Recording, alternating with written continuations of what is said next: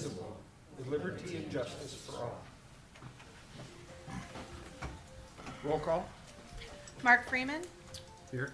Steve Ruth, Here. Patrick Feeney, Here. Karen Winchester, George Cullis. Yes. The consent agenda. All items listed under the consent agenda are considered to be routine and non-controversial. They do not require discussion by the Township Board and will be approved by one motion.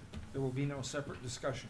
If discussion is desired on an item, that item will be removed from the consent agenda and will automatically be moved to the last item under new business. Chair would entertain a motion. Make a motion. Go ahead. Make a motion to approve the consent agenda as listed. Support. It's been moved by Trustee Ruth and support by Clerk Winchester to approve the consent agenda. Roll call, please. Karen Winchester, Yes. Patrick Feeney, Yes. Steve Ruth, Yes. Mark Freeman, Yes. George Cullis. Yes. Okay. Public hearing. We have a public hearing for reprogramming the 2017 CDBG funds. I'd move to open the public hearing. Motion by Clerk Winchester to open a public hearing. Is there support? Support. Support by Trustee Ruth. All in favor say aye. Aye. Opposed? Motion carries. Is there anybody for public hearing on the 2017 CDBG funds, the reprogram?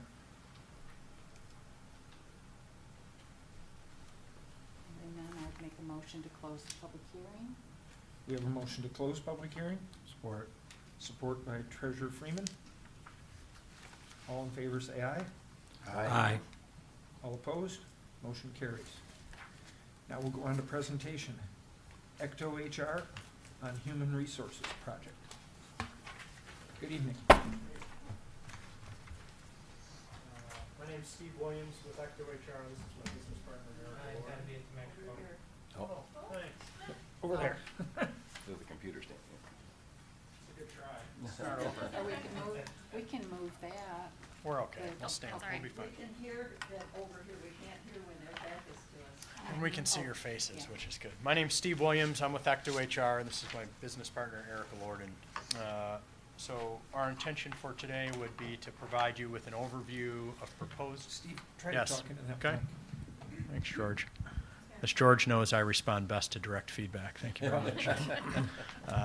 So we'll try to provide a fairly high-level overview of the changes we're recommending to the Holly Township Handbook.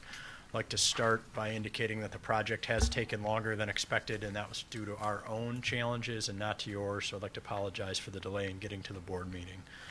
I do think we have a plan now of pushing it forward and wrapping it up. So I want to talk about our general approach to the Holly Township Employee Handbook, and then Erica will then jump in to talk through some of the specific items, and we'll trade off on certain policies and then open it up for questions.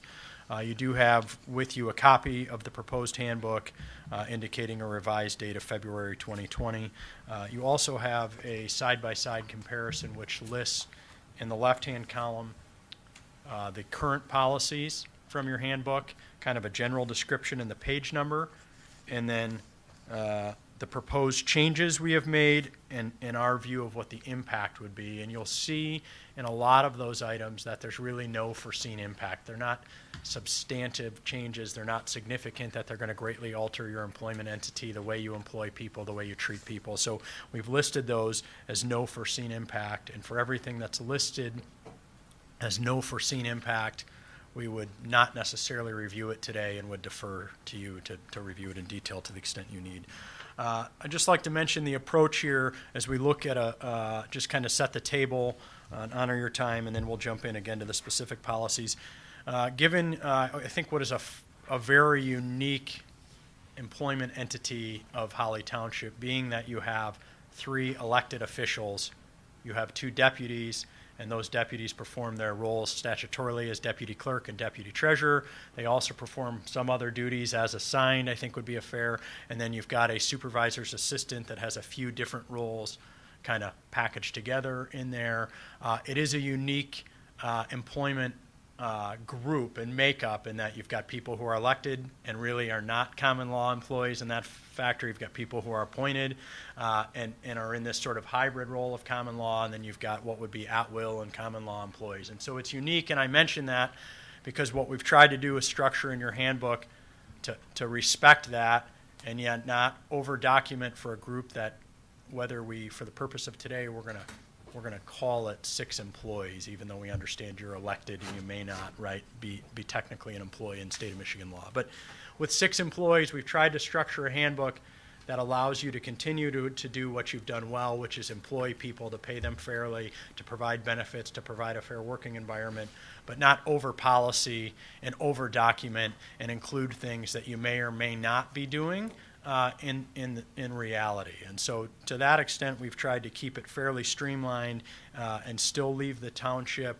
with some core structure and core policies, but then still some flexibility that we haven't as we cross over into other potential elected officials, other appointees, and things like that. You've got the flexibility. So that's kind of the general structure that we've tried to come up with. And certainly there are a whole set of responsibilities you have as elected leaders, leading people, and then in the deputy roles, you've got your statutory responsibilities, but you've got your roles as employers in general and leaders, and we've identified those things like equal employment opportunity and paying wages in agreement with federal and state law and all those things. And so we've identified those, we've made some updates, we've streamlined, and we've repackaged this handbook to be a little bit more orderly and a little more consistent, and then to modernize in conjunction with certain laws. And so we're going to go through that now. I'll turn it over to Erica at this point. Thank you. And yes, as Steve mentioned, a lot of this was reorganizing to make it a little bit more orderly. So the middle column, proposed and or recommended changes, a lot of the language you'll see in here is basically us indicating where in the handbook your current policies were moved to. So you can see that those were indeed captured. So like I said, a lot of those are just referencing other parts of the handbook, so you can see accurately where those are. As Steve mentioned, I'll keep it high level. The first item I wanted to mention is Section 2, definition of employment status. In the former handbook, the full-time definition was 35 hours or more per week, and the part-time definition was 32 hours or less. So we moved the full-time definition to 32 hours so that those matched, and that a full-time employee would be considered 32 hours, not 35, which lines up with the township schedule. We also did make an update and ruled. Question. Absolutely. So what is for a part-time then? Part-time would be less than 32 hours. Okay. Yep. You went So through. technically that's- 31 hours, but a full-time person would be 32. Correct. Yep. Okay. Yep. I just want to remind the board that a lot of this we had done with the attorney. So we had, for quite extensively. So, and then they took the attorney marked up version, and that's what they used. I just wanted the board to be aware of that. Yeah. Thank you, Karen. I apologize for mentioning that. We also updated and created a problem-solving procedure, an investigation kind of policy. So when someone comes to the township or their department head with a complaint, a policy or a procedure for them to follow in that instance. And, oops, I apologize. Yep, section That's okay. 2.07. Okay. So I'll be referencing in the suggested handbook section 2.07. So this is the employee problem solving and dispute resolution procedure. So this procedure, it is basically states that when an employee has a problem, a complaint, or dispute, their first step should be to discuss it with their department head collectively and try to solve the problem. The department head should work with the employee to listen, understand, assess the problem, claim, or dispute. If the employee is not satisfied with the solution, or the employee feels that the department or the issue is not resolved, or the employee has an issue with the department head specifically, we then indicate that the employee should go to the township's attorney. The reason for that is there's an established relationship with the township's attorney, and the rate, frankly, is fair, and a lesser rate than our services would be. So because there is established relationship, you'll find that we will defer the employees throughout this handbook if they're not satisfied with the solution, or if they're not satisfied with their department head, to refer to the attorney as their next step. Is that typical for townships similar to ours? Yeah, so this is that's a good question. There's typical for some sort of dispute resolution procedure that is different than in the private sector for a few different reasons. Obviously, in a small, private, closely held, we would take it to the department head, we could take it to the president, and at that point, it stops ultimately, and the person may be left to pursue legal matters. In your case, you have this department head who's elected and maybe appointing that person, and beyond that, we would defer to the attorney for a couple reasons. One, the attorney typically will maintain strict confidentiality. We don't know your attorney specifically, but we understand that she has been involved in prior matters and has investigated. There is a fair rate. There's an established relationship. And I think what it would also do is potentially allow, I don't want to pick any of you, but an elected official to partner in the attorney and step back out of the way where he or she may have an actual or perceived conflict of interest, and allow someone that is serving the township's best interest to then interview, investigate, follow up, recommend course of action. So some sort of alternative dispute resolution. And I would say here we want to make it as clear to the employee as possible that they should try to solve it with their department head, but then their next step that we've outlined for them is to go to the attorney, and it's a very clear outlet. I would say whether it's the attorney or another third party, yes. Who would the employee contact the attorney directly themselves? So if the employee, we would like to have the information available to the employee to contact the person directly within reason, but we have specifically said here that they would go to the department head first, and that is a very important key step. The one very key reservation we have given here is in our harassment policy, which would be, if I take you back to page 10, and that's policy 2.05. We have indicated in our problem solving, let's take our general problem solving, that we go to the department head and we try to work on it collaboratively. If for some reason, Trustee Ruth, the person were not comfortable with that, if they felt that that department head was the alleged harasser, that they didn't feel comfortable making that complaint, they then have the option to go to the attorney. And so we're very clear about that, is that there's this other savings thing. So we do not want to put the person in a position where they automatically feel like they have to go to the department head. For general issues, yes, but again, if they're uncomfortable, they have I don't want to say an out, but an alternative course to seek. So we would ask that they refer it to them directly when appropriate. So, and we say that here, the employee should speak directly to Holly Township's attorney. Now, the last piece I would mention here. Excuse me. Yes, So sir. in other words, you've used this kind of language with other townships? Correct. Okay. Thank you. And so the last piece here is part 5, which is specific to the 3 department heads, is that if you get a complaint that's specifically about you and falls into this, anything related to discrimination, harassment, bullying, something that we may deem as one of those complaints, that you will counsel or partner in the township's attorney. And we've indicated that you'll do that to avoid the potential perceived conflict of interest, the actual conflict of interest. And we know that for investigations that rise to that level, which hopefully are infrequent and not often, that you taking that step of partnering in the attorney will show a proactive step to try to solve it, honor confidentiality, and remove yourself from a conflict of interest potentially. So there's no responsibility on the part of the employee to try to resolve their issue. They should go right to their department head. How do you mean? I guess clarify that. Well, two employees have some kind of an issue. Sure. One of them considers it serious, one of them doesn't. If they haven't even discussed it between them to resolve it first, I mean, to me, that just seems like the natural thing you would do. Like, hey, you said blah, blah, blah, and I took it to mean this, and say, no, that's not what I meant. What I meant was, do you see what I'm saying? The issue gets resolved right then instead of turning it into a big production, so to speak. So certainly understand the perspective, and I think in the practicality, that's what we all hope, and we hope that we can build that culture and that communication through the way that we lead and solve issues. So I would say yes to that. The challenge I see in your specific situation, which is unique in all of the work we do, is that you have department head who happens to be an elected official with a deputy who's appointed by that department head in 2 cases, and then a third who's an assistant to the other department head.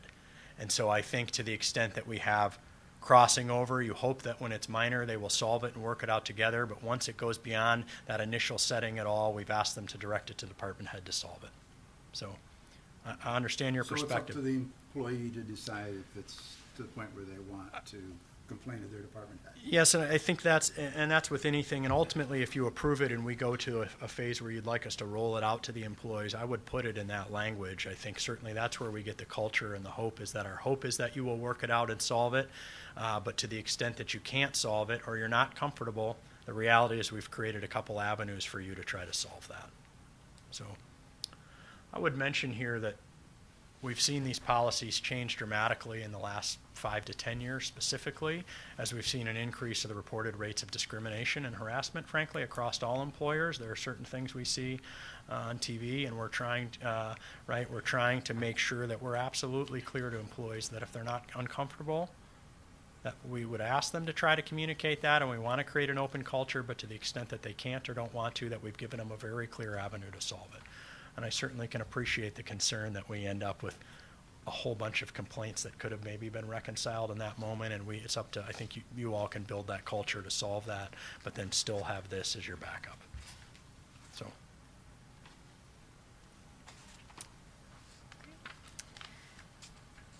And then these are a couple other minor changes, but the attendance and punctuality sections were fairly long. They had quite a few definitions under attendance and punctuality, so we really just shortened those down and made it a little bit more concise without taking out anything of substance.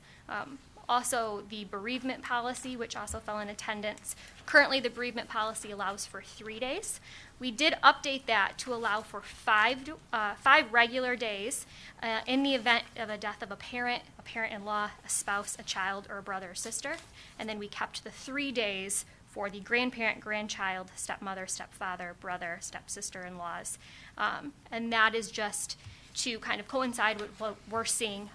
Unfortunately, we hope this never comes up, but if you do have a death of an immediate family member, we felt like 5 was an appropriate amount to give in that instance, in that relationship. There were a couple forms in the handbook, policies, procedures, filing structure. We suggested removing those, so when something's more of a procedure or a form, it's best to keep that separate or an addendum to the handbook versus embedded within the handbook. So those were removed as well. You talked about harassment. Next section here, section 3, it's actually now in 2.15. It's the former section 3, 2.15, drugs and alcohol. We've made a change here to reflect, that would be page 16 of the new handbook.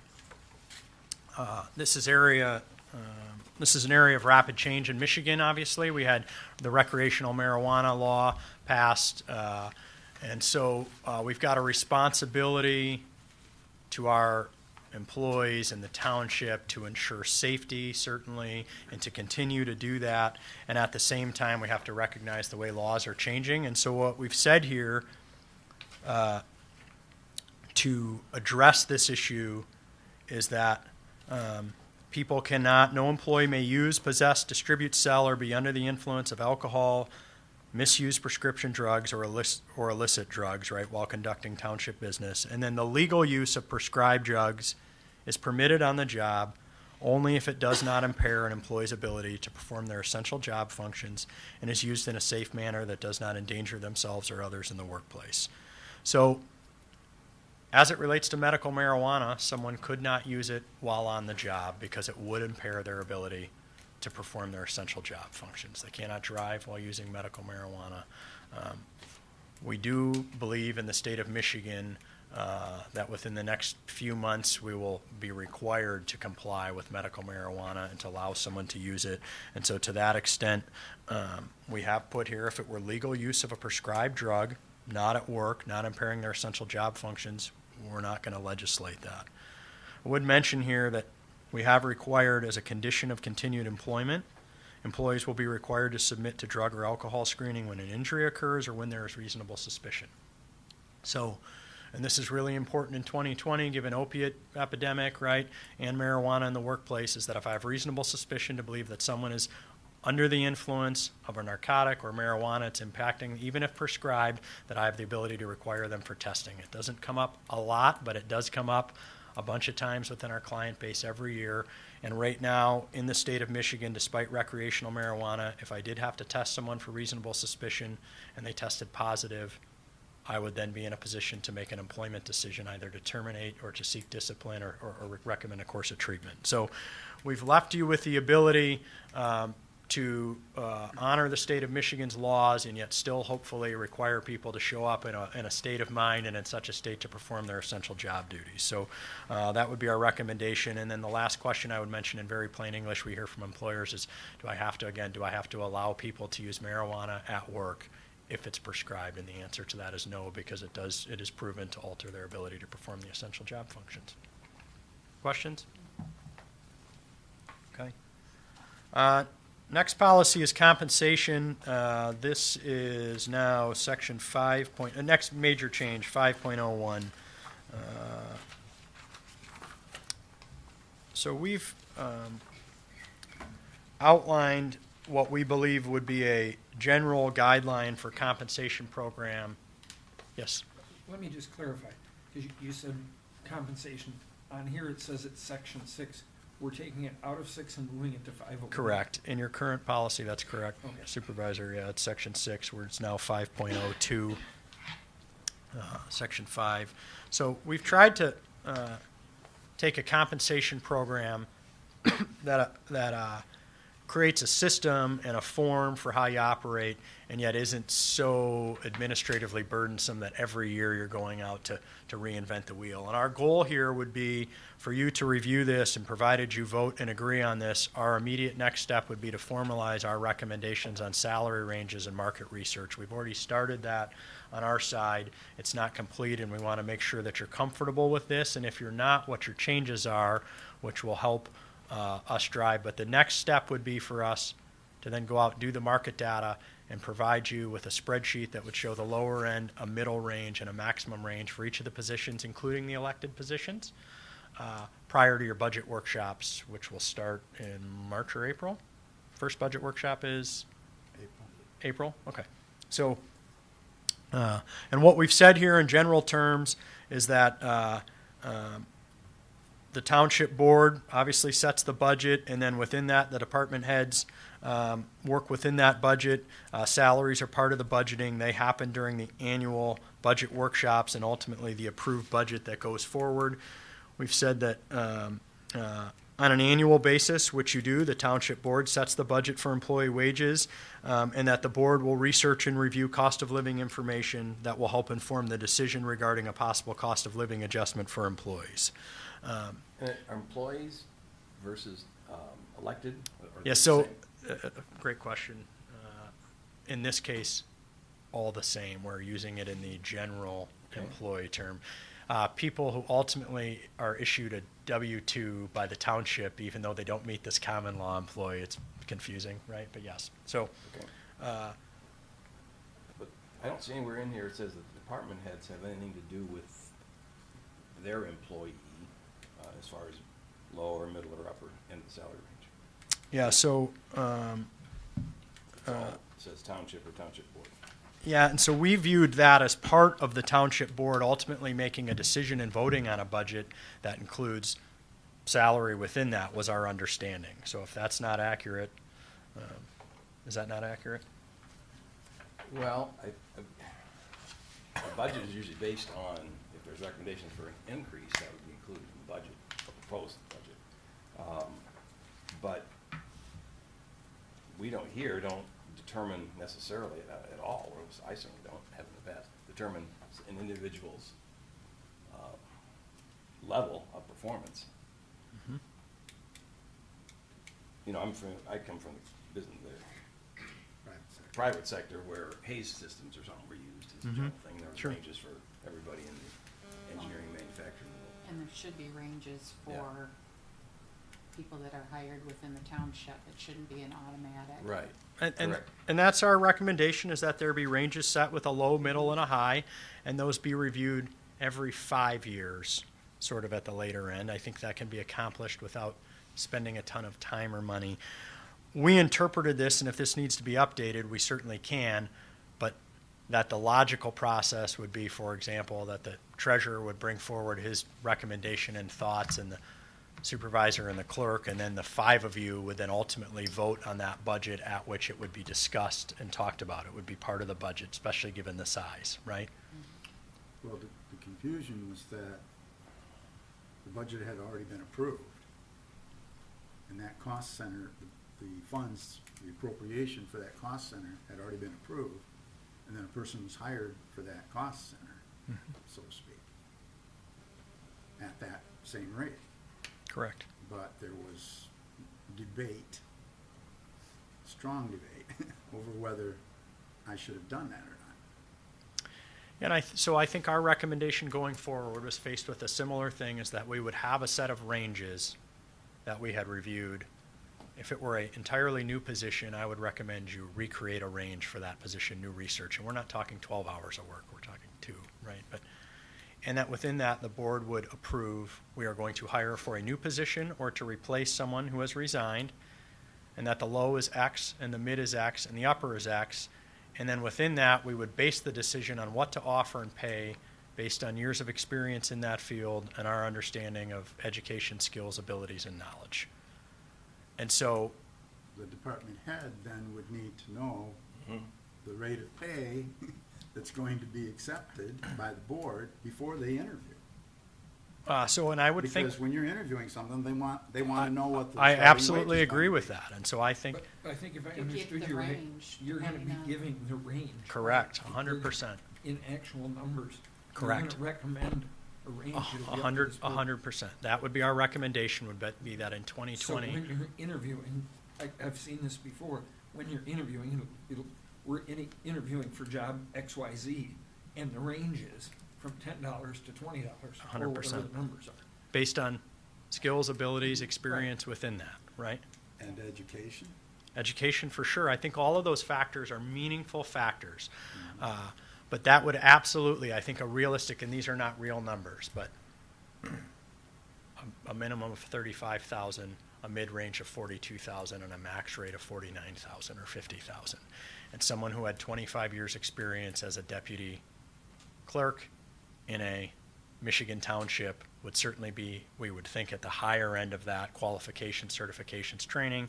Someone who had come out of college and worked maybe as an assistant for 2 years for someone else, but you had a logical reason and the ability to appoint, we would likely expect to be at the lower end of that range with an opportunity to work their way up.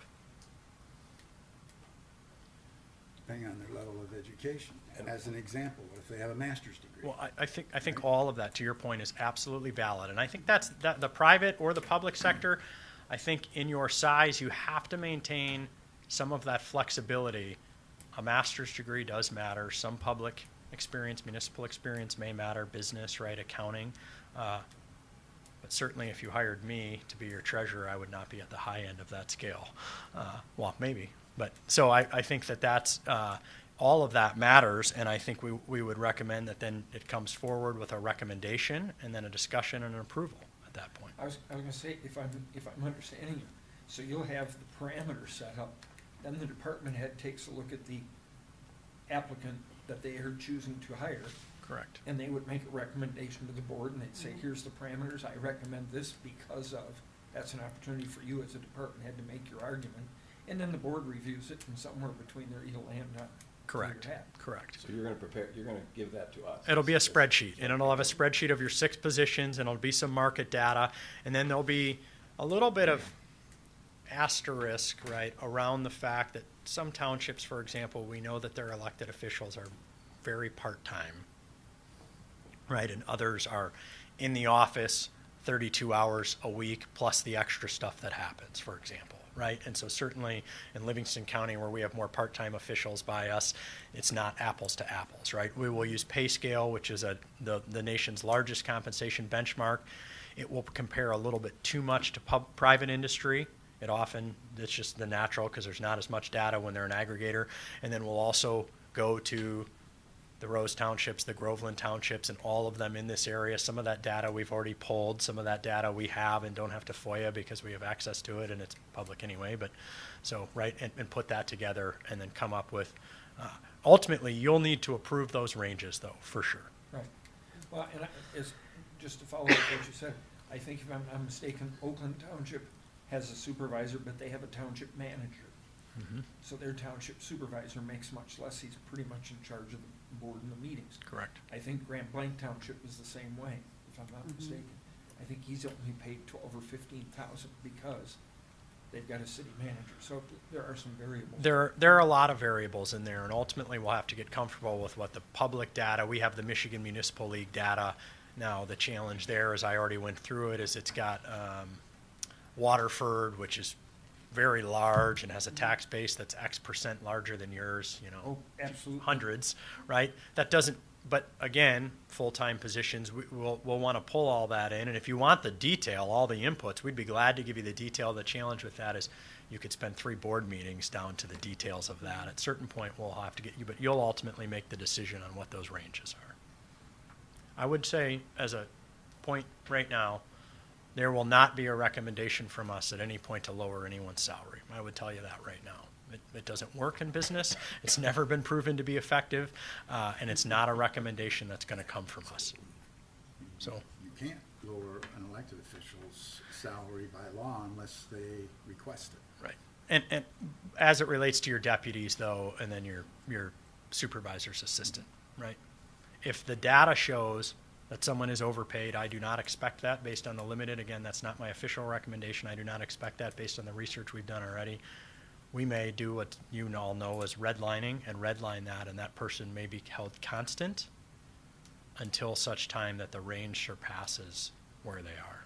But I don't expect that to be the case. So again, annual cost of living review married with your budget, your tax base. Certainly you've got to be stewards of the township's money. We know that. You know that more than I do. That's one step. Then every 5 years, typically doing a little bit more of a market analysis and pulling together and updating the ranges. I do not expect they'll swing wildly, but certainly they'll inch up based on cost of living overall.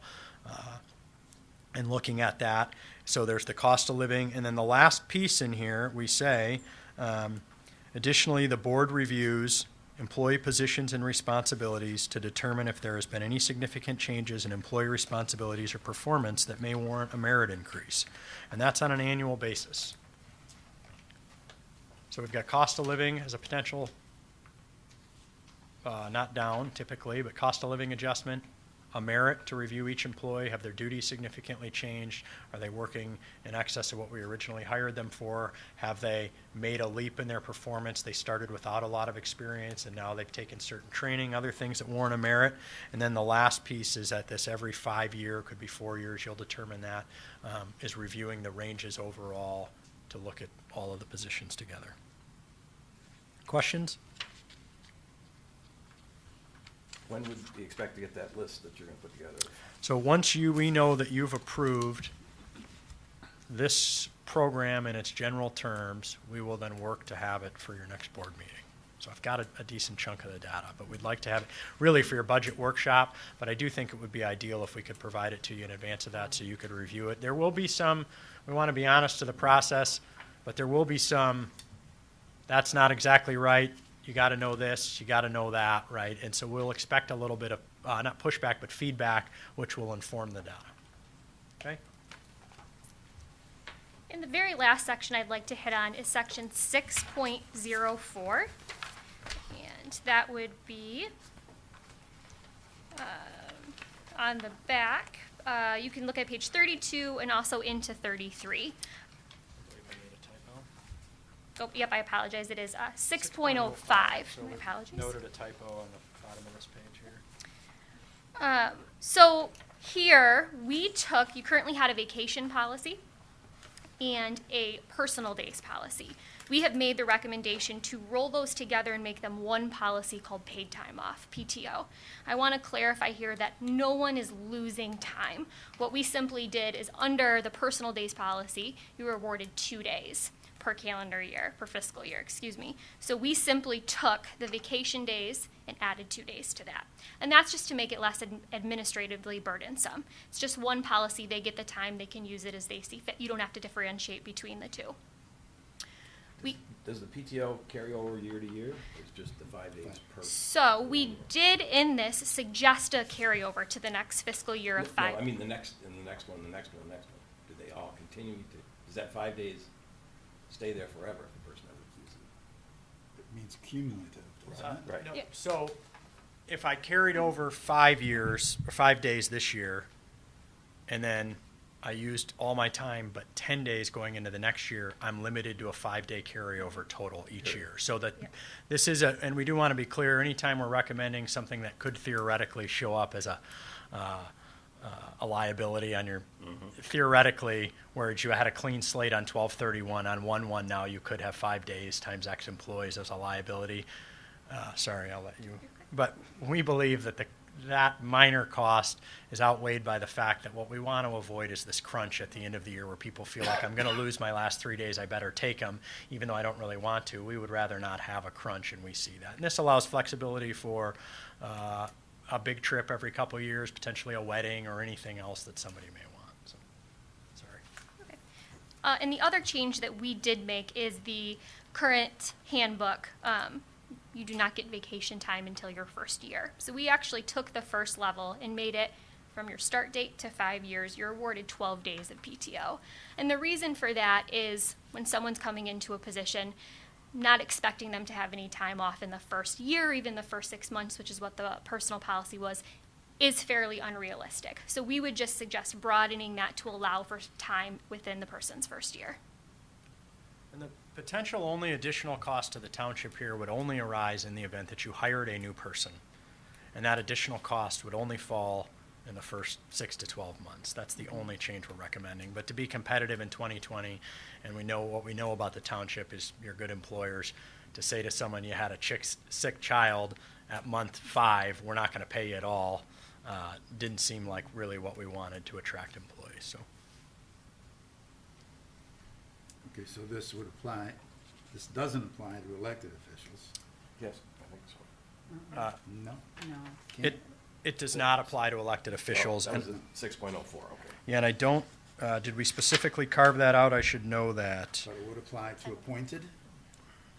Okay, so, Under the deferred compensation, it Yes, they're says both, employees, yeah. all elected officials and full-time employees. right, but for, we specifically do not carve out elected officials for paid time off. I would say that this doesn't apply. And so if you'd like us to add a savings clause, but certainly we can't legislate or dictate the hours for you or the time available. You've been elected, and you can only be recalled, so it would not apply to you. And we would actually, there are quite a few things in here that may not actually apply to you as an elected official. We would hope that you would uphold our harassment policies, and we know you will, but they don't, legally, they don't necessarily all apply to you. I had a question, we're in towards that area, I know it's not something you covered, but paid holidays. The way it makes it sound, so holiday falls on a Saturday, even though our offices aren't open on a Friday, but they work the Thursday and they work the following Monday, they get paid for it?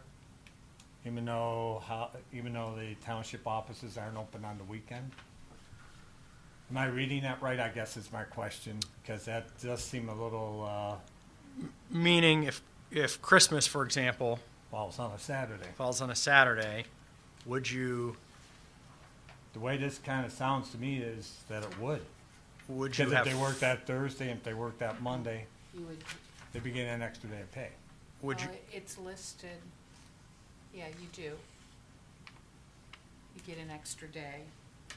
You get a tape, you get it, That, what- okay, but what- that, Yeah, Well, that- 34, This so would what really, we've, this would really only impact someone if they were hourly. Hourly, correct? And do we have any hourly employees at this No. point? Okay. And anyone that was So- salary, it would be Okay. irrelevant. It would be automatic. How would you treat it, though? If Christmas fell on a Saturday, would you take a Thursday off? I would say we typically Yes. close. Roll back to the immediate prior business day? Yeah. Well, Okay, because we're that's where I guess I have a problem, okay, we'll end up discussing that later, but I have a problem with that, because that's turning into a really shortened week. And it's kind of outside the realm of what I would think the private sector would do. In other words, there's not that, so been like that for years. But just because it's been that way doesn't mean it's always right, that's, and the fact of the matter is, yeah, I do have a problem when you're giving holiday pay that's way off the grid from, if it was a Sunday, okay, and you're gonna take the Monday off, I get that.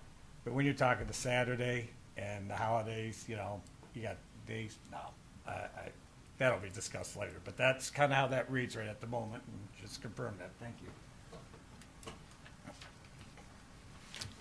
Anything else? So that would be it from the, changes that are of One- substance. Well, I did Yes. have another question. 2.17. Is that kind of the general language that you use in most townships in that? I mean, I'm just curious if that's all that would cover in that area there? Employment of relatives? Yes. Is that, okay, now this is basically just, if anyone wants to disagree with me, just please step up, but I guess the way I'm reading this is, we all tell each other, hey, this is a relative, they're coming to work for us.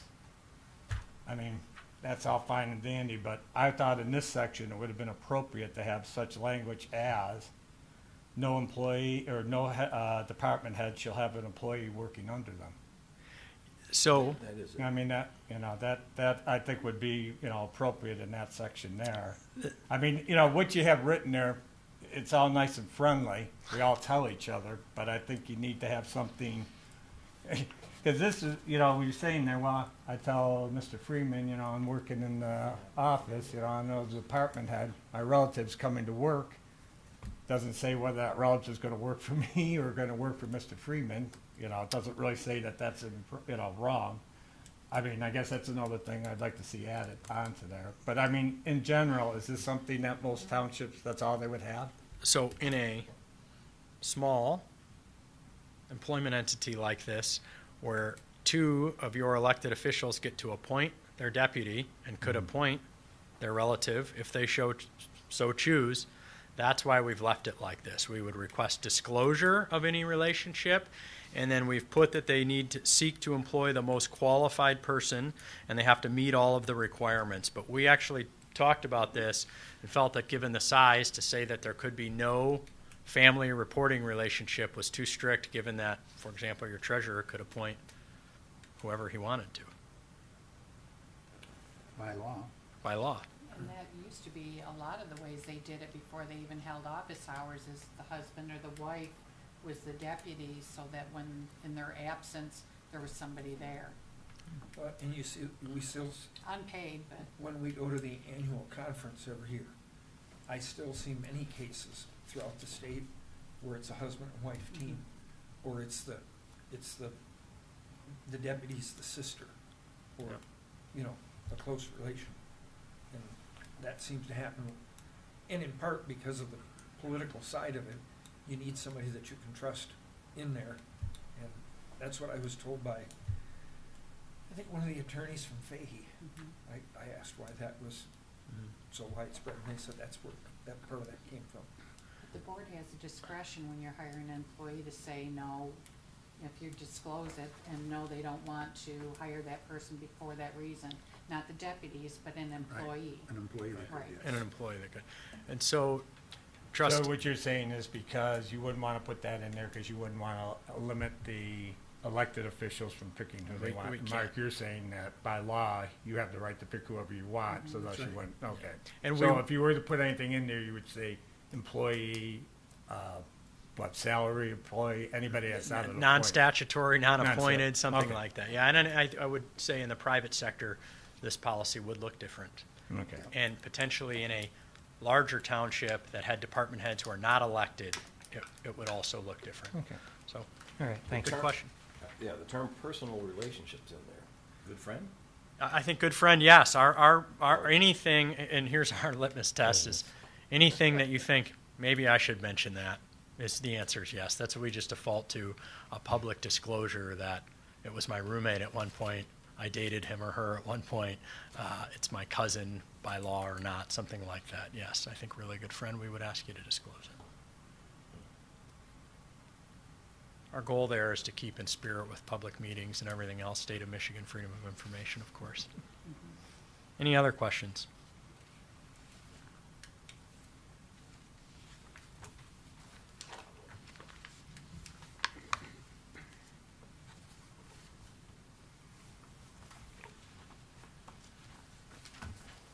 Anything else, Oh, Supervisor? okay. We're done? We're done. Okay. If you're done, we're done. Would you like us to stay, or shall we depart at this point? Does the board have any more questions to ask? I would say you could. You're more than welcome to stay. We don't want to throw you out. We'll go if that's okay. Thank you. Thank Appreciate you. the time. Thank you. Thank you very much. Thanks for enduring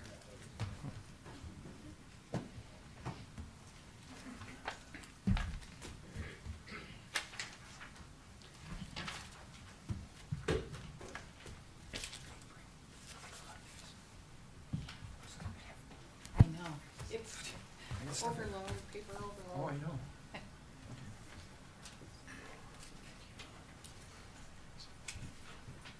Okay, then we will go to reports. Trustees, Mr. Feeney? All right. Well, the Planning Commission hasn't met in a couple of months, and on that note, I'd like to take a moment to express my thanks to Stacy Stuckley, who resigned. I got to work with Stacy for about almost 4 years now, and I just want to say that it was a great pleasure working with her, and I found during my time with her, I learned a lot. Stacy we weren't always on the agreement on things, but Stacy was always a good one for listening, and she was a great contributor to the Planning Commission during her time. Her passion, her knowledge of things were very important on a lot of decisions we made. And I think the one remarkable thing is that we could get in some pretty heavy discussions, and in the end, Stacy always brought us back down, calmed us down, and brought us down to the point, even when we didn't agree with each other. And that she's sorely going to be missed. I hope that somewhere in the future she decides to be involved in the community again, because she was a great asset to the Planning Commission, and I think she'd be a great asset to any other committee in the community. Other thing I'd like to speak of is the fact that the Village Council at their last meeting approved funds to start the process for testing of the Falk Road dump. As I said at the council meeting, it's not just for the benefit of people on Falk Road, but the community in general, that I think this is the proper way for them to go forward. It's going to be a long process, I know, and it's going to have a lot of ups and downs, but I think it's the right course to take. Couple questions I did have. One was for Karen, was where are we at with the agro-tourism? We're kind of going on 4 months here, and just curious, has the attorney come up with any recommendations? She is not done, she's apologized for the delay, and it should be at the next board meeting. Okay, that's good. And just the other one, just I know kind of slipped through the cracks with the other business, and I didn't get the chance to ask, and that is, how did the repairs go on the Township roof? Were they done? Yes. They were happy with the results in that? They actually had to be called back out after we had a big rain, Mhm. and I walked out the door one day, and here was the rain gutter right here, and there was no water coming out of that, and it was all coming down on Oof, top. that's not good. The seal around where the downspout went into the new piece up there, we ended up having to call them, they came back out, and the next rain, it was all coming out the rain gutter, so, yes. And we did request photo documentation of that. Yep. Yeah. And that's about it. Okay. I did want to clarify one thing. You made the statement that we haven't had a planning commission meeting for several months. Oh, There was only one month. one meeting that was It was canceled. canceled. I apologize for that. Okay, I just wanted to clarify.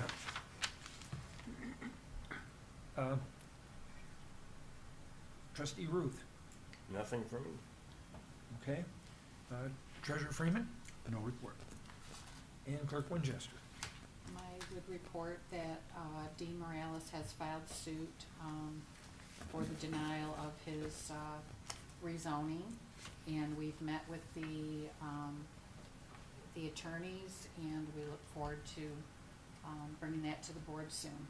Is our insurance company attorneys handling this, or? Yes.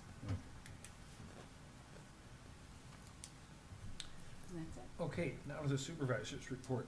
So, I've continued the talks in regards to the sewer district for Dixie Highway. The last meeting, the joint meeting that was held between Holly Township and Groveland and Oakland County Water Resource, who has taken the project and gone forward, included the DNR, the Oakland County Parks. It included Oakland County Health Department and Eagle, which is formerly the DEQ. That project's been moving along pretty well. There is support from all of those entities to the point where Oakland County stepped up and they are paying for and funding the first consultant on that project as we move forward. Since that time, I have met with Trustee Ruth and asked him if he would participate in a couple of the meetings coming forward. His background in engineering, we're gonna start entering some of that conversation, and I thought he would be an asset, and he's agreed to participate for that. I've also received information yesterday that Oakland County Road Commission is planning on what they call a mill and fill. It's repaving of Fish Lake Road from the entire part of Fish Lake Road that is paved. So that's from Fenton Road all the way north to just Elliott, I think, just past Elliott. I have had a conversation with them. I will be meeting on Tuesday morning with a representative from Consumers. We're gonna have an interesting summer ahead of us as we have the Saginaw Pipeline coming through the township, which is just east of Fish Lake Road. We're going to have North Holly Road closed as soon as school lets out through anywhere from September to November, depending on how the project goes, how Mother Nature treats them, and so forth. At the same time, we're gonna have a $33 million expansion at Great Lakes National Cemetery. So we're gonna have a lot of construction crews. The Saginaw Pipeline is gonna bring anywhere from 360 to 600 workers a day, depending on what part of that process they're doing.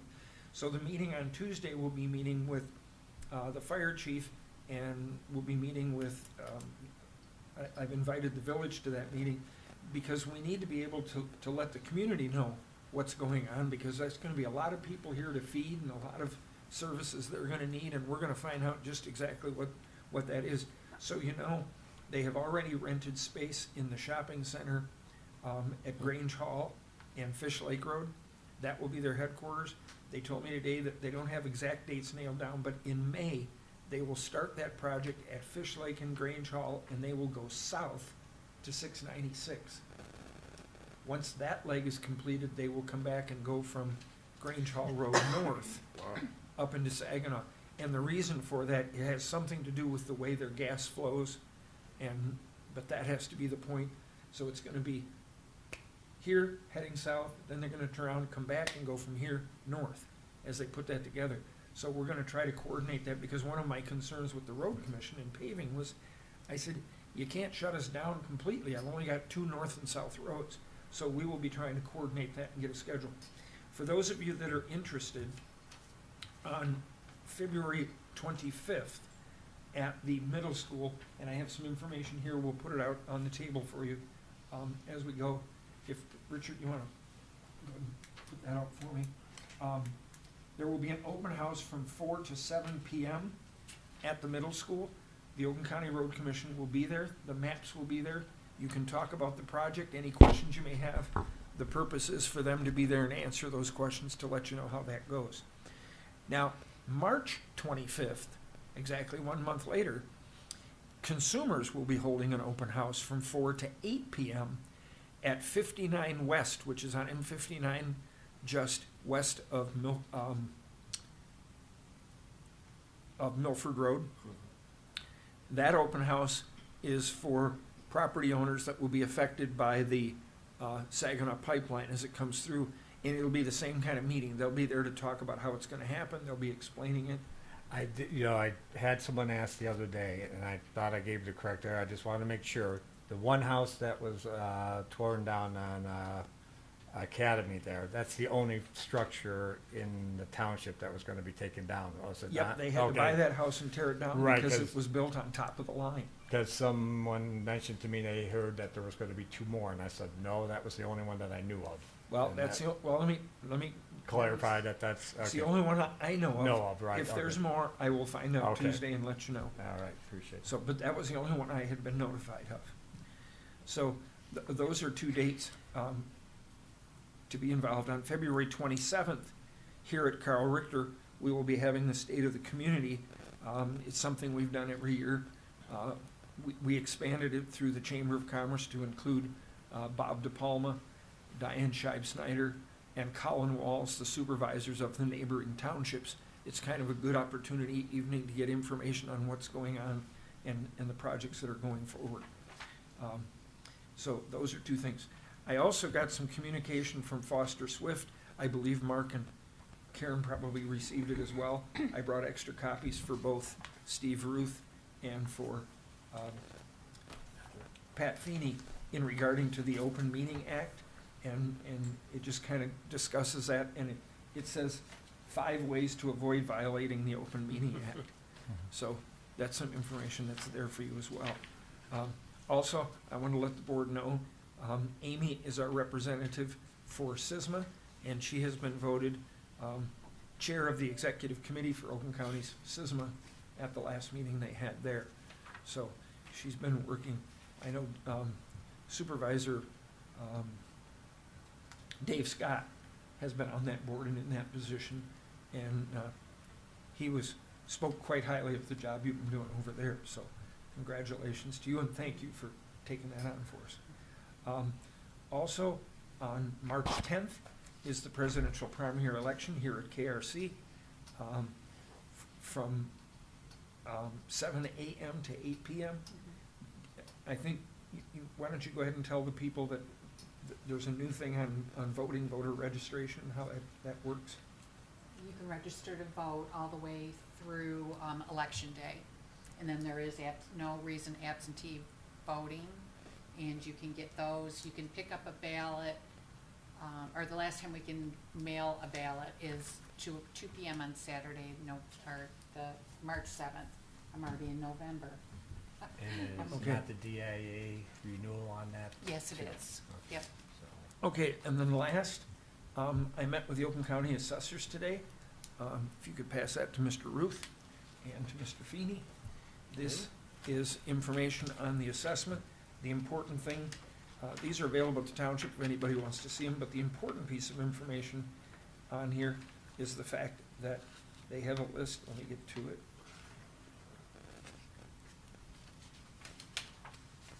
Well, sorry about that. Out of all the communities in Oakland County, the average increases, the smallest one on here is 3.17%. The highest is 11.10%, which is Royal Oak Township. Holly Township has the third largest growth spurt at 8.32%. The average for the county is 4.87. So you can see Holly has had a good year, and we're catching up on some of our home values. So that's all in the report there, and you can see that, or you can certainly be able to see that if you come to the township office. So that's it for my reports. We'll move on to public comment. On agenda items only, members of the public can address the board on agenda items only. Once recognized by the supervisor, comments are limited to a maximum of 3 minutes. The board may extend this time by a majority vote. Prior to addressing the board, members of the public shall state their name and address for the record. A second public comment is available after new business. For all other comments, thank you for cooperation. Is there anybody that would like to speak for public comment? Going once?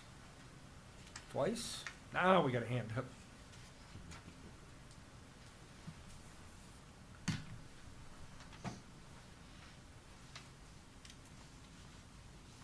Mary Blanchard, 3444 Old Creek Drive, Holly, Michigan. And it doesn't really pertain to me, but I just have a question since I was here when the HR people presented originally. I thought that was the advantage of having the HR company, was that they were going to be the ones making those comments and addresses. And if they're going to have you jump right from a board or a employee thing to an attorney, does that somewhat eliminate what they were being hired for? It's just my comment. Anyone else for public comment? Yeah, and just in response to that, I think it's certainly the board's option to do that. I think what they did say was that they said because the attorney's there, because the rate is the same, that they felt that there was a relationship already established, but this board could change that and put it back in their lap. But that's certainly an option, but they did say why they made that decision. So, anyone else for public comment? Okay, then we'll go on to old business. Oakland County IT contract for credit card services. Treasurer Freeman? Yes, this is a contract from Oakland County that needs to be reviewed by the Township Board and voted on. And entering into this contract will allow Holly Township to take over-the-counter credit card services. We Just wanted to add, currently right, do, yeah, we currently do not have that capability. So This, that's, this yeah. contract will enable us to do that. So that's really the new one. All the other Right. paperwork has already been approved, but they want it part of the new contract. So we have contracts for the rest of this besides the credit card, Right. but they've updated it into one Right. document. Initially, they were just going to send us an addendum to our current contract, Mhm. and then the current contract was revised by their legal department, and so now they want us to sign a whole new contract. And in the motion, it would be that there would be an authorized signer as well. That needs to be in the So- motion? Authorized Yes. signer for the credit itself? For the contract For the itself, contract. because Isn't, they'll wanna see that. so mo- typically the supervisor's the authorized signer, but they want it spelled out? Yes. Oh, okay. This just allows us to accept credit cards? This whole thing? No, that's, no, there's GIS in here, all Okay. the other All the IT other contract services. type things that we have Yeah. with them. So Mark, what will be the range, once we approve, what would be the range for like paying your taxes? What could you, it's everything? You'll be able to pay your taxes, purchase dog licenses, building permits, Mhm. anything that you currently would write a check or pay cash, you'll be able to use a credit card or debit card if you choose to. What will that do? Is there any What will, service fee? what will the service fee to the township be? The fee is added on to the invoice to the consumer. So there is no fee to us? No, there can't be. Okay. And I'll explain why very quickly. Someone comes in and wants to use a credit card, and then a business pays that fee as a cost of business. The township, if the township did that, we'd be paying that fee with some other taxpayers' money that didn't use a credit card. And that's not fair to them, so we can't do that. So we will have credit card services, but whatever the fee is to use the card will be added on to the bill to the consumer.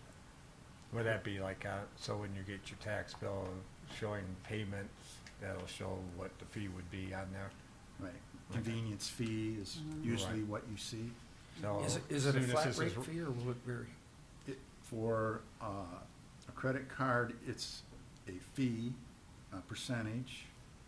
I don't know exactly what that is yet, but I believe it's gonna be somewhere between 2.5% and 3%. But the equipment that they give us to process that, we'll figure it for you. It'll be figured right at the time of, Correct. yeah. It'll be on the actual bill. So everything is just, once it's up and going, there's no limitations, you're not rolling it out, or limited or anything. The only limitation is if it refuses that card. Well, yeah, that's always a good, that's always a good limitation. Chair would entertain a motion.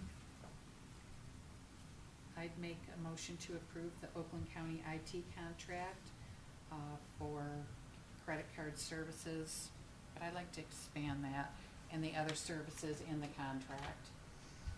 And to authorize the supervisor to sign the contract on behalf of the township. Is there support? Support. Okay, is there any further discussion? Roll call, please. Mark Freeman, Yes.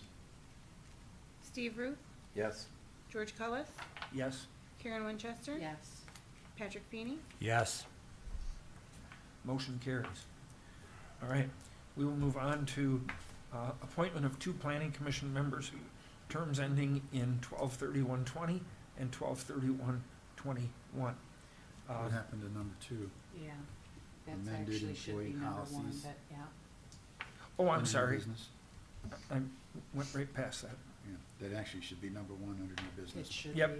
Yeah. Okay, so anyway, so new business, it's amended employee policies and procedures, the proposed resolution 2020-02. Yeah, I would, my position is that I would prefer to have a workshop just on this, because I can see it, discussion running an hour or 2. A workshop on what they've On proposed. On just this employee handbook only. Oh, okay, Yeah. That way we can resolve and iron out all those issues, and so Before. then when we bring it to the board meeting, we're not bogged down discussing it for 2 hours. Yeah, I Okay. agree. Oh, we can do that. Because I could, my sense was that there's still a lot of unresolved issues as far as this goes. Well, there's a second part, once we approve this. I Right. understand Right, that. but Okay. there's still, yeah, I mean, we want to make this right. No, no, no, make sure We're- everybody's we're gonna- on the same page. We're paying to have it done, Right. right, and if we're lucky, we'll get at least 10 years out of it. Mhm. sure, okay. Do we want to set that date for that workshop now? I don't have my stuff with me. Right. So you're not able to, okay, Would so you like, then we'll have, okay, wanna Mark, would you do- feel yeah. comfortable if we came up with, you guys looked at your dates, came back with us with the Right. date? With the I mean, view. we can With the just date. say we'll table this to schedule a. to schedule a workshop? A workshop, Yeah. and then we can work out the details of that afterwards. Do that in a motion. Okay. Motion to table amended employee policies and procedures, proposed resolution 2020-02 with the, to Schedule, schedule a workshop on this issue. is there Support. support? Okay, it's been moved by Treasurer Freeman, support by Trustee Feeney. Any further discussion? All in favor, say aye. Aye. Opposed? Motion carries. Okay, now we'll go on to the next item under new business. Appointment of two planning commission members, terms ending 12/31/20 and 12/31/21. For the term ending 12/31/20, I want to nominate, or I want to appoint Mike McCanny. I have talked with him and he has accepted. So I would like to make a motion to appoint Mike McCanny to the planning commission. Is there What's his support? background? Mike is a computer engineer for Chrysler. Yeah, Is he a township or village resident, do you know? he is a village resident and he's replacing Tony Engelberg who is also a village resident. I would support. Mark already did. Oh, sorry. That's okay. So motion by Supervisor Cullis, support by Treasurer Freeman. Can we do that one by a yea or nay vote? Mhm. Okay. All in favor, say aye. Aye. Opposed? Same sign. Motion carries. For the term ending 12/31/21, that was the chair that was held by Stacy Steckley. I want to bring forward the name Kelly Ferguson. She's with us this evening. Fletcher. I'm sorry, Fletcher. Darn it. They both start with F. Do I get a little? So, Kelly Fletcher, she's with us this evening. She is a resident of the township, lives on Grange Hall Road. I would make a motion to appoint her to the Planning Commission. Support. Motion to appoint Kelly Fletcher to the Planning Commission, support by Clerk Winchester. All in favor say aye. Aye. Opposed, same sign. Motion carries. Congratulations, Thank welcome you. to the Planning Commission. You'll have to meet Mr. Feeney, he is the board liaison to the Planning Commission. You already have your set of books. We ordered a second set of books for Mike McCanny. You had mentioned Stacy Steckley. She wanted to hold on to her books. She had made notes in them, and she hopes one day, she's got some health issues going on, that she would be able to return to the Planning Commission. So that's the status there. Okay. We'll go on to number 4. 2019-2020 Budget Amendment Proposal Resolution 2003. Clerk Winchester? Most of these, well, not most of them, one that sparked our need for amendments was the loan to the fire authority. And some miscellaneous that we had, capital project fund, the road for the North Holly Road. The assessing contract, we approved a new assessing contract, which will jump up the per parcel amount. Code codification, we've been doing a lot of ordinance changes, so I anticipate we're gonna have some increases on that. There was some of the deputy treasurer's dues and subscriptions. She's gonna be going to an education conference, and so that was taken out of the treasurer's and put into hers, so there's not any increase in expense. In lieu of medical, goes to Suzanne as well.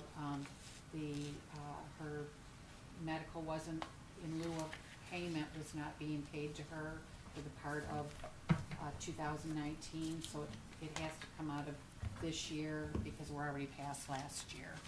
And then the planner services, because of the new zoning things that we're doing with them, zoning implementation for the master plan, we had to increase that expense. Okay. And the funds to cover all these are coming from the fund balance? Just for the fund balance, just for the loan to the For NACFA. NACFA, yep. Otherwise they're Otherwise just they're moving shifted them between, around. Gotcha. cost centers. Okay. So what is the board's pleasure?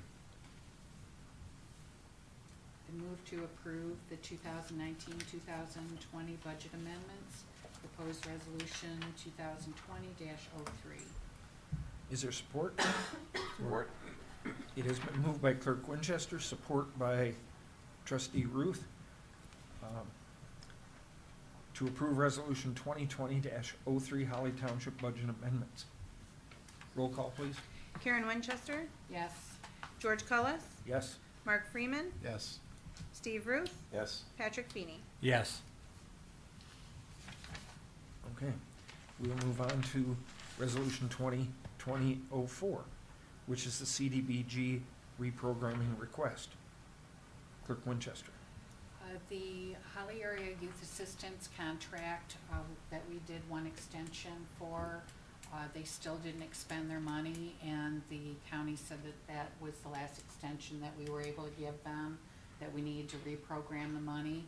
They have a hard time spending it because of the definition of youth. I think that you know that a little better than I do. It's really complicated. They have, the federal government has, this is really a sad statement of affairs, but the federal government has labeled youth as being 12 and older for this purpose. Mhm. And ironically, many of the kids that are in the HIA program, these are our youth at risk that are having problems in the schools, are between the ages of 10 and 12. So it's very difficult to use some of these funds Mhm. because of that age, I'll call it discrimination. but it is what we have. We've been trying to come up with programs. Some of that money can be used for the older kids for driver's training, or they can be used for a multitude of things. But the majority of the kids that are coming through HIA are younger than that, so it has created a I problem. think they've used about 2,300 of it, but it took them 2 years.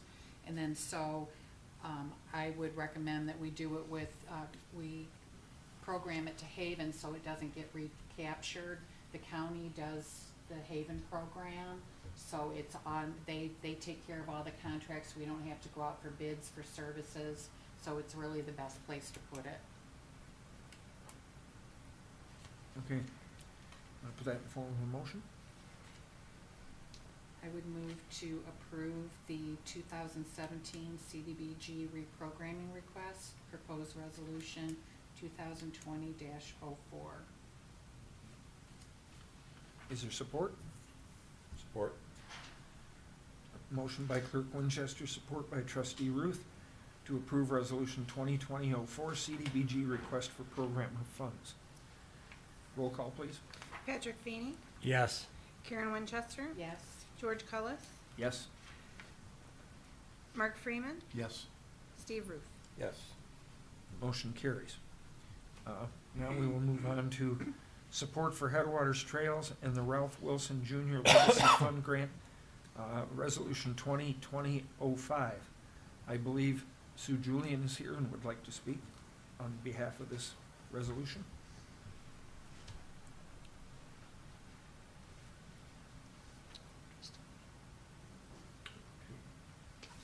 Sue Julian, 3505 Radley Lake Road. I spoke to you at the last meeting describing the grant proposal that would benefit creating the Fish Lake Road launch. And at that time, Trustee Ruth said, what would be built? Yeah. So the first page shows you the engineering drawings that were created in 2009. We've been at this for quite a while. However, the engineering firm has looked at it in the last month and said that the calculations, the drawings, and so on still remain the same. So we're satisfied that what was entered as a request to the Ralph Wilson Fund for $50,000 is still valid.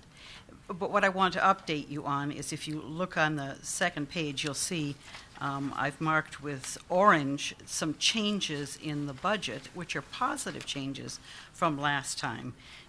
Starting at the bottom, we appealed to the public, and a number of people donated, and we've already matched the 1-to-1 for $5,000. We've gone above that, and we're not finished, so we expect that that will also increase. Going up to the next orange line, that $10,500 was in the anticipated column. It's now moved over to the secured column. It was a contribution from 2 donors. Very generous contribution. And the next one also moved from the anticipated to the secured column. That means the money is in hand in the Headwaters Trails account, and that's from 2 other donors. Above that is a pledge from a family fund that has helped in years past, and that moved from anticipated to secured. So what I'm asking tonight is for a passage of this resolution so that the $17,000 in the anticipated column, we can put it over into the secured column. It is pending the receipt of the grant. Now, if I'm not mistaken, we've already approved, we've done this once before Right. with for this the- money, but that the grant didn't DNR come grant, through. Right. So this is basically a renewal of the commitment we made a couple of years So ago. we can get our orange tag there, right? That's correct. I left it a little blank. I'll make you Yes. orange, yes. I just wanted to clarify We get that a this star wasn't along something with that. new. It's just something we have to reaffirm because we're now applying for a different grant. And 15,000 of that is from Paragon Development that gave us $15,000 in the early 2000s to be used for recreation only. Yeah, so we've been holding on to it, but For we've appropriated it a couple of times. You Yes. keep giving it back. Don't be so generous, keep it this time. All right. The chair would entertain a motion. Just to be Oh. clear, you're not giving it to us unless the grant is No, approved. I understand. right. That's why I said, stop giving it back. Keep it this time. Okay, Yeah. chair would entertain a motion to approve. Make a motion that we approve the resolution for the Headwaters Trail Pat, grant application. the number, The number, that's what I'm looking for. Could you give me the number? 2025, 2025. 2020. 2025. Oh, fine. Okay. It's fine. That, no, it's numbers there. Oh, Yeah, well, you know, I gotta excuse myself. Oh, no. I'll get your stuff, Steve. Excuse me, sorry about that.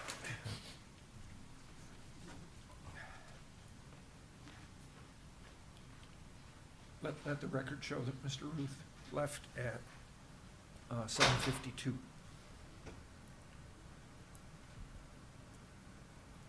Okay, so we have a motion to approve resolution 2020-05 by trustee Feeney. Is there support? Support. Support by treasurer Freeman. Any further discussion?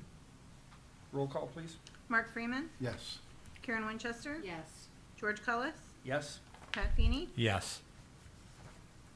Okay. Next, number 7 is the Citizens Academy. So last month, I had presented to you a longer document than what you have in your board packet.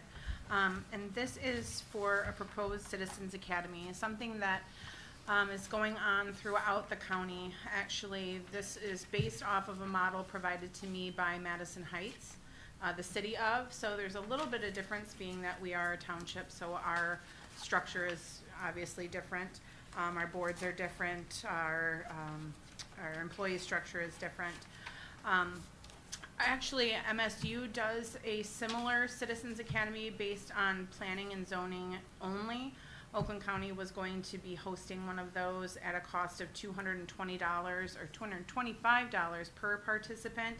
And they've actually since canceled that due to lack of participation. As a use of our PEG funds, this is being proposed as a public engagement and public education. So what I have done, instead of the 8 sessions that I had proposed in the document that I gave you last month, I have shortened that down to 4 sessions, thinking that I would like to be able to provide this to the community prior to April to allow anybody that takes this program and decides that they want to run for one of the available board positions. In 2020, we will be going to the elections in both August and November for our library, parks, and board of trustees. And so I think that this is a good time and that we could provide this to the community free of charge at some of our local established meeting places, the Township Hall, here at the meeting room, our library, and be able to give them a 2-hour session. Of course, I do want some of the budget for the first and the last sessions. I've been told multiple times by multiple people that the best way to get people involved is to provide them food. So we would use a small amount of that budget, which I am asking for $750 programmed from the PEG funds available to Holly Township to provide this to the community. For a various amount of reasons which I had discussed before, we would like to be able to give them an opportunity to ask questions to the Board of Trustees. I would want to make sure that you were all on board and would be willing to take part in at least the first session or one of the subsequent sessions. Like, you know, for the treasurer, obviously finance, for the beginning, township history, I think would be a good chance for all of the participants. We have, like in session 3, as far as community voices and vision with the township clerk and regarding to elections. And then we would have an opportunity for positions from our planning commission and our planner in the last session for planning and developing the community. Also, that I would focus there on ways that they could go ahead and run for any number of the open positions. In the previous years, we've had a problem trying to get enough people to run for the available board seats on both the library and the parks commissions.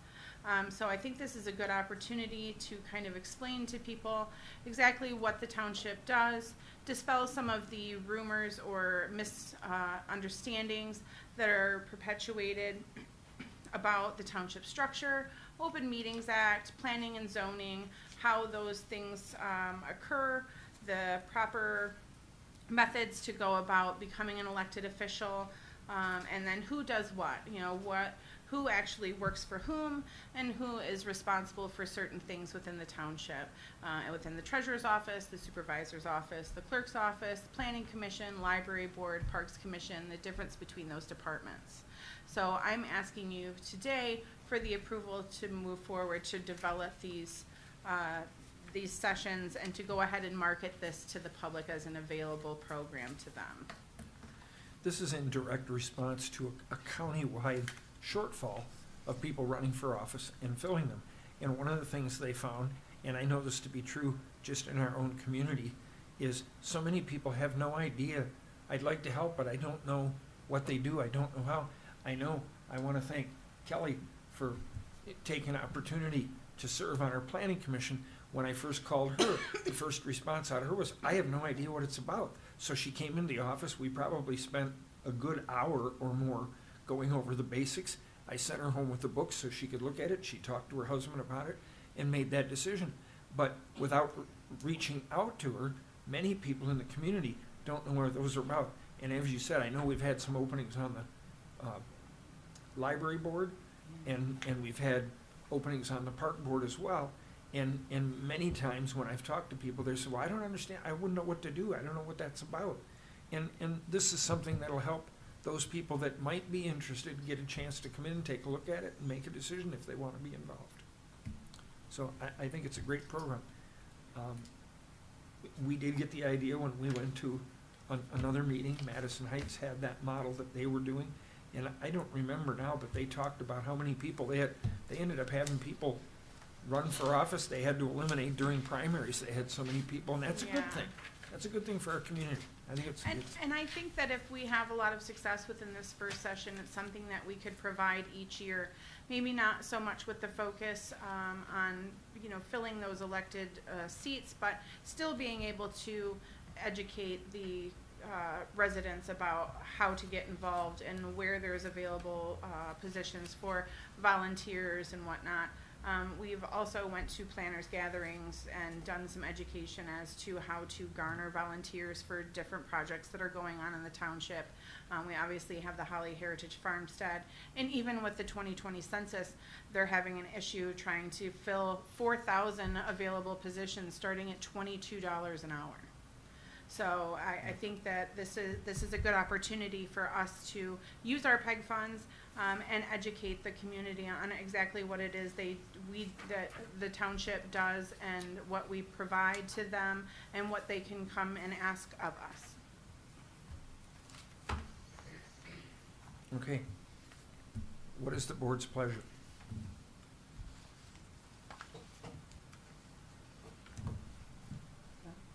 I'd move to approve the Citizens Academy program and the budget of $750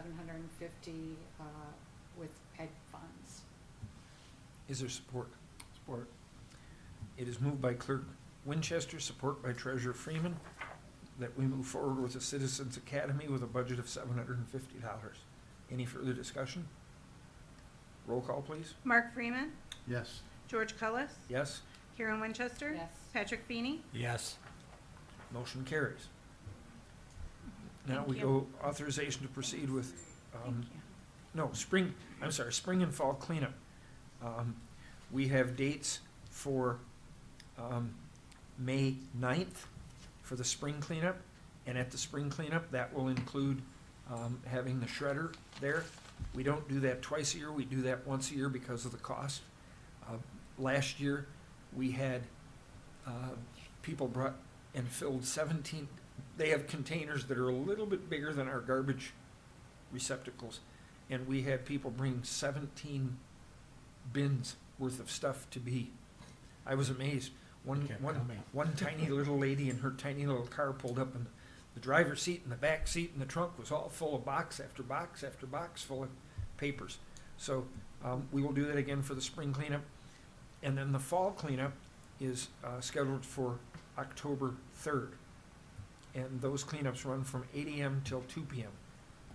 We used to run that until 4 p.m. and we found that by making it at 2 p.m., everybody still gets in. They just don't take a break for lunch and come back later. We're busy the whole time because we had a lull in the middle of the day before. So that works out. And seeing as we're paying the trash company by the hour, that helped reduce the cost. We also brought a scrapper in for the last one. And his people come in, instead of everything going into the trucks that went over here. And I think we've reduced the cost on this quite a bit over the last couple of years. By tens of tons. We also don't pay for a dumpster for tires anymore. I worked out a deal with the same company that picks up tires from Wilkinson's and Coleman's, and now we stack them up at the fire department, and they come out and pick them up right from there. So we're paying a price per tire that the residents pay when they bring the tires in. We have a few more tires than what the residents pay for, because we have a couple of guys that run the township and pick them up off the roads. Amy and I went out not too long ago, we got a report on tires. I think we picked up 13 tires. 17. 17? There was 14 from one location. Well, I was gonna, okay, so I was gonna say. Actually, it was 19, because there was 5 on Evans. Okay, back to my point, 14, up on Tinsman. For some reason, somebody dumped them and tied them to a tree. They ran red rope all through the tires and had them tied to a tree that wasn't any bigger than my forearm. We're not sure what that was all about, but nonetheless, we filled the back of the truck up between tires, a toilet, and a large Filter. swimming pool filter that I actually had to get Gordy from the road commission, who I had seen him out in the neighborhood. He came by and helped me. Took the two of us to lift it and get it back in the truck. So the fall cleanup has been good. Those are the dates. I just need the board to approve that because there's an expense involved in having those. So I would make a motion to approve the spring and fall cleanup. Dates, May 9th, October 3rd, from 8 a.m. to 2 p.m. with the paper shredder at the spring cleanup. Support? Support by Clerk Winchester. Any further discussion? Roll call, please. George Cullis, Yes? Mark Freeman, Yes. Karen Winchester, Yes. Patrick Feeney. Yes. Okay. Now, authorization to proceed on legal action zoning violations at 3080 Grange Hall Road. Amy, you're the code enforcement officer. You want to take that one? This is an issue that I've been working with the township attorney on. It is, at this point, we've exhausted our ability and they are currently in violation. So we are asking for the appropriation of funds to allow the township attorney to move forward in litigation. And this is a safety issue that has been documented by NACFA as well. There are Not only safety. zoning violations, So but it's yes, not only we have zoning, but, safety yeah, issues. so it's a safety issue too. And the attorneys tried to work with their attorney and they're getting nowhere. Okay. So I would make a motion to authorize the attorney to proceed with legal action with regards to the zoning violations at 3080 Grange Hall.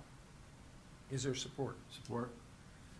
Motion by Clerk Winchester, support by Treasurer Freeman to move forward on legal action regarding zoning violations at 3080 Grange Hall Road. Any further discussion? Roll call, please. Patrick Feeney, Yes. Mark Freeman, Yes. George Cullis, Yes? Karen Winchester, Yes. Motion carries. Number 10, Holly Heritage Farmstead Master Plan. They were here, Ron Campbell was here last month and made the presentation on the farmstead plan. At that time, you may remember, trustee Ruth asked what was next, and we said we had to lay out some direction.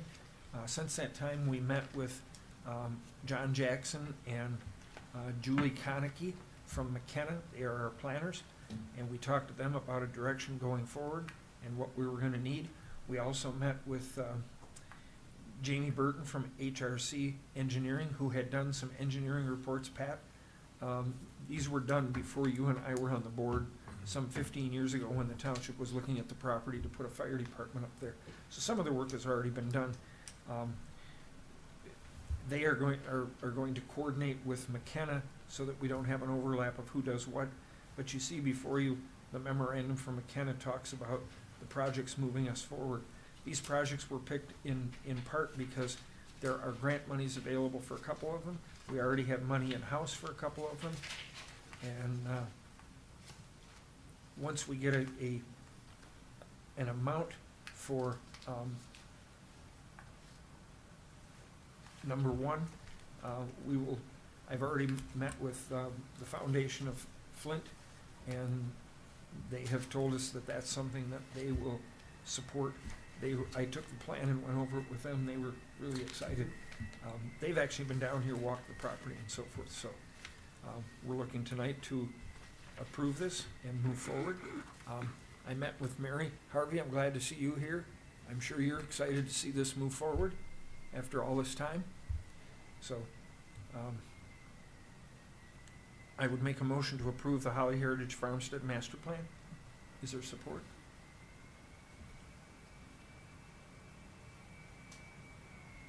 I'll support it. Supported by Treasurer Freeman. Any discussion? Well, I guess, are we just doing the plan? I guess I'm not understanding what we're approving.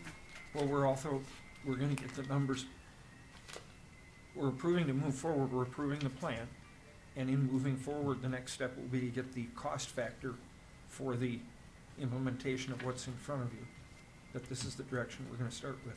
Okay, but so we're not approving what's going on in the memorandum from the planner, just the master plan, that we approve the concept of the master plan? Right. Okay.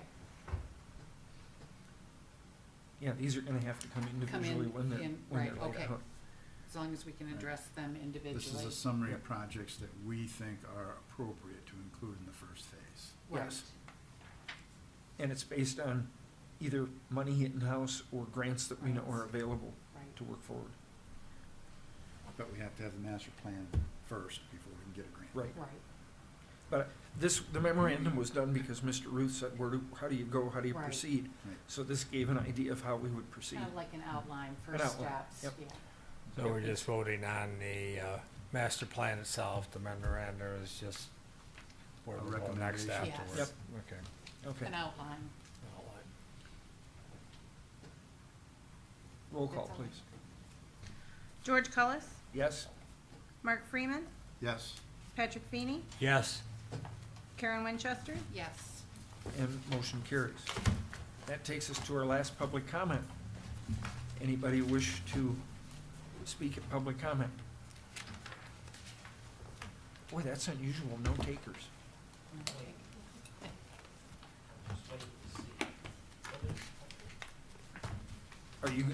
You're gonna, okay.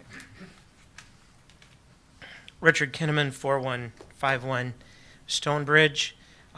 Just to reiterate what Mr. Cullis spoke of for the state of the community, that is a Chamber of Commerce event, and as director of the Chamber, I would like to make the invitation to all in our community to come to the Commons Cafeteria here at Carl Richter next week, Thursday, the 27th of February, beginning at 6 p.m. We will have three supervisors, and the clerk will be here from Springfield. Colin Wall is not able to attend. We will also have the president from the village and the superintendent from the schools, and I have confirmation from Senator Johnson and also Representative Mueller, and we are waiting to hear back from Alyssa Slotkin if she is able to attend. So it will be a very full evening. We have also the choir from the high school is confirmed to be there. We have typically had the band, and their instruments will be on their way to Ireland by that time and not able to attend. So You couldn't get him a bunch of kazoos? yeah, well, You're gonna bring us back some Guinness when you go? yeah, I don't think I can bring that on the plane. No, you can drink it on the plane. Yeah, drink that for us. Yeah. So we would very much like to see all of you attend and make it a very full evening. There will be refreshments provided, Cupcakes and Kisses provides those, and they are by donation from Republic Services. So that is a great evening. I also want to mention just for a moment, I had an opportunity to attend a meeting with some information on the proposed laws changing the RTA structure and things coming, and there are some huge changes that could affect us greatly. It could affect, particularly in our area, your property taxes could almost double easily. No, they could almost Quintuple. Minimum level could double. Right.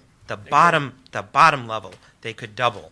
They're talking 1.5 mils to 5 mils, and buried in House Bill 5229 is a little sentence in there that will remove the Headley Amendment, Yes. so that would uncap property taxes. And that's 18 mils. Yeah, Well, it wouldn't roll back. pardon? The Headley Amendment means that it wouldn't roll back as property values increase.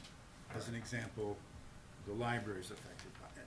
And so their millage starts out at 5, and then it gets reduced to like 4.93 if the property values increase. Yeah, And if you think about it, the township millage is 1 mil, correct? that's why I say that they're gonna get The 5 times. minimum would be 1.5 mils. So what you are currently paying in township taxes, it would be that much half again. And those services will not come to Holly. They will not even come close.